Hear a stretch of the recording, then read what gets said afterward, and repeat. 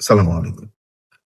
আপনাদের সামনে ক্রিটিক্যাল একটা ব্যাপার নিয়ে আলোচনা করব বলে আজকে মনে হচ্ছিল। সেটা হলো যে ধরেন প্রফেশনাল লাইফ এ আছি আমরা।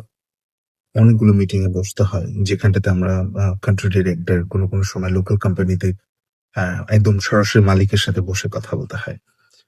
আসলে আমরা কতখানি তাদের সাথে হাতে মিলাবো? আর কতখানি সময় তাদের সাথে আমরা আর্গুমেন্ট এ যাব? এইটার আসলে ব্যালেন্সিং টা কিভাবে করে করা যায়? অথবা ধরেন আম কোনো কি আ হার্ড অ্যান্ড ফাস্ট রুলস আছে? যেটা মেইনটেইন করা যায় বা মেনে নেওয়া যায়? আ অথবা বেটার হয়? আমার কাছে মনে হয় একটু ব্যালেন্সিং অ্যাপ্রোচ আসলে সব দিক থেকে ভালো। আপনি যদি মিটিং এ সবসময় জি হুজুর মানে মেন্টালিটিতে থাকেন, আ দোষ বা ভুল একটা হচ্ছে, বা একটা ভুল কথা হচ্ছে সেটা জেনে শুনেও যদি চুপ থাকেন, এটা কোম্পানির জন্য লং টার্ম এ ক্ষতির কারণ হয়ে দাঁড়াবে। একটু ব্যালেন্স রেখে কথা বলা উচিত।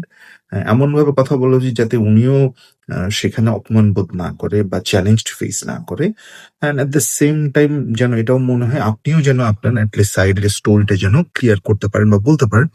সে ধরনের একটা ব্যালেন্সিং অ্যাপ্রোচ থাকা উচিত বলে আমি পার্সোনালি মনে করি।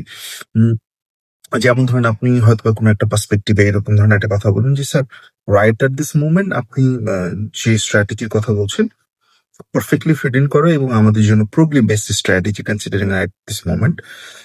কিন্তু যদি স্যার আমরা একটু লং টার্ম চিন্তা করি ডাউন দ্য লাইন 2 ইয়ার্স বা 3 ইয়ার্স, তাহলে এই স্ট্র্যাটেজির ছোট কিছু দুর্বলতম দিক আছে স্যার।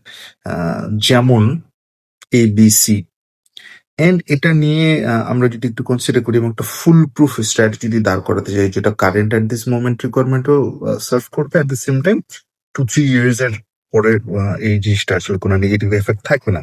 তাহলে we might add XYZ points or strategies towards it. So that could be another approach যেখানটাতে আপনি হয়তোবা একটু সময় নিয়ে কোথায় ডিফিকাল্টিজ গুলো আসছে বা চ্যালেঞ্জ আসছে সেটা জানালেন। At the same time alternative একটা থট প্রসেসও ইনিশিয়েট করে দিলেন বা বলে দিলেন। So I think this are one of the approach of dealing with it. আরেকটা অ্যাপ্রোচ হতে পারে, I agree with your point, sir. Just would like to add a few points along with it.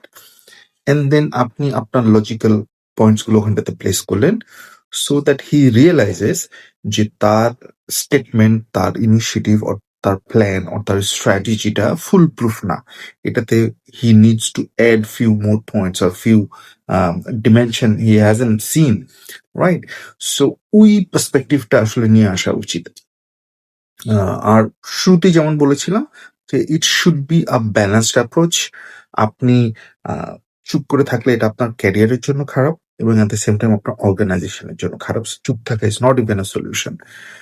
But আপনি আসলে যদি continuously তার against এ কথা বলতে থাকেন বা কন্টিনিউয়াসলি তার স্ট্র্যাটেজির এগেইনস্ট এ লজিক দাঁড় করতে থাকেন, আপনার ক্যারিয়ারের জন্য আবার সেটাও ভালো না। সো একটু ব্যালেন্স একটা অ্যাপ্রোচ রেখে আসলে এই জিনিসটাকে নিয়ে আগানো উচিত বলে আমি পার্সোনালি মনে করি। And of course, this goes with everyone from seniors to mid-level management as well. Uh, do give a thought over it. Salaam alaikum. All the best.